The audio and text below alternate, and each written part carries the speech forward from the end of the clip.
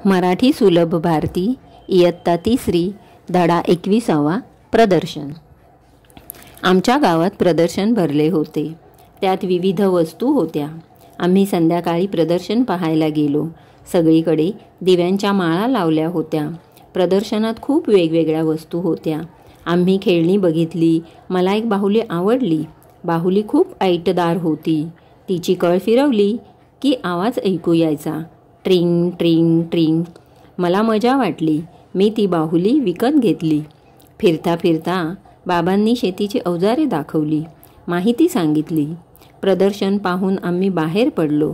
येताना आजोबांसाठी औषधे घेतली।